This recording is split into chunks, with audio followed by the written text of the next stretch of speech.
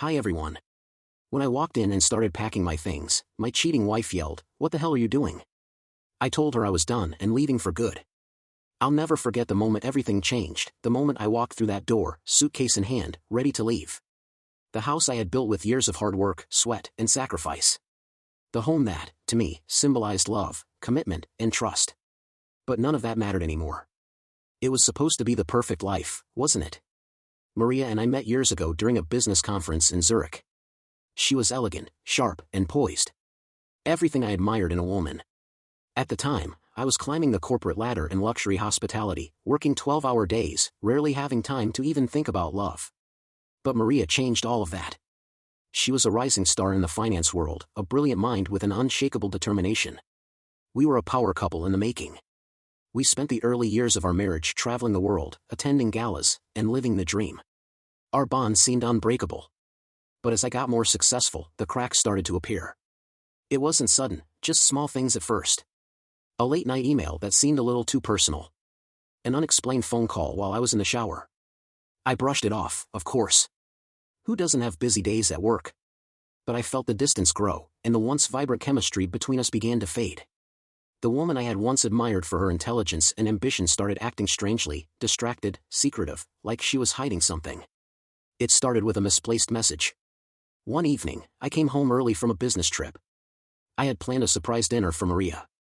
I walked in, set the table, and waited, excited to spend time together. But when I grabbed my phone to check the time, I noticed something odd.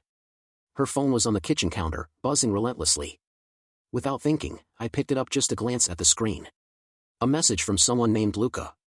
No last name, just Luca. It was brief. "I miss you. Can't wait to see you again." My stomach dropped. I should have ignored it, should have put it down, but I didn't.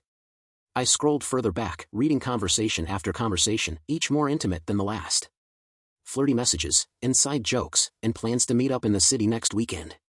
I was crushed, feeling sick to my core, but I had no solid proof. Maybe it was just harmless flirting, but deep down, I knew. I felt it in my bones. When Maria walked in, she smiled at the sight of the dinner I had prepared. But it was different now. That smile felt fake. She didn't even notice the tension in the room as she kissed me on the cheek. We ate in silence. The air thick with unspoken words. The next few weeks felt like I was walking through fog, everything slipping out of focus. I started paying attention, watching her every move. It wasn't paranoia. It was instinct. I knew something was off. I began tracking her routines, asking her questions about her day. Each time she gave a little too much detail, almost as if she was rehearsing her story. Then, one evening, I found something that broke me completely. I was going through the laundry, folding clothes. I noticed something strange, an unfamiliar scarf, a soft, luxurious one I had never seen before. It was draped across the back of a chair in our bedroom, as though it had been left there in a hurry. I picked it up, running my fingers across the fabric. It wasn't just any scarf. It was something exclusive, a brand I had seen in Milan on our trip last year. And yet Maria hadn't bought it. Something clicked in my mind, the pieces slowly falling into place. That evening, I asked her about the scarf. She seemed genuinely confused, claiming she didn't know where it came from. But when I pushed her, she got defensive. Too defensive. The next day, I decided to confront her, but I still didn't have enough to accuse her outright. I was walking on a tightrope, afraid to fall, but terrified of staying in the dark. Take a moment to breathe. This journey is intense, and I know it's hitting deep. If you want to hear more about how our protagonist confronts the painful truth and rebuilds his life, subscribe to Reddit Audio Tales. You won't want to miss the rest of this emotional journey as it unfolds. Ready? Let's dive back in and see what happens next. It was a rainy Thursday when everything came crashing down. I had been keeping my suspicions close to my chest, but I was reaching my limit. I had enough. I was going to confront her. I waited until she came home that evening. The moment she stepped through the door, I was ready. "Maria, we need to talk," I said, my voice cold, flat. She gave me a quick glance, a forced smile, and dropped her bag on the couch. "What's going on?" she asked, clearly unaware of the storm coming. I didn't waste time with small talk. "Who is Luca?" I asked. Her face went pale. For a second, I thought I saw panic in her eyes. "What are you talking about?" she stammered. I repeated myself, this time with more force. "Who is Luca? Why were you texting him?" Why is his name all over your phone? She hesitated, and then, as if she realized the jig was up, she sighed and sat down. It's nothing, I swear, she said, her voice shaking, but I could see the cracks in her composure. I was lonely, okay? The words hit me like a slap across the face. Lonely, after everything we've been through, after all these years. My voice trembled with anger and disbelief. I couldn't believe she was admitting to it so casually. She looked away, ashamed. It didn't mean anything. You were always gone, always working, and Luca? He was there for me. He understood me when you didn't. My heart was breaking, but I wasn't going to let her off easy. So you think I don't understand you? I was building our future, Maria, for us, and this is how you repay me? I wasn't going to beg.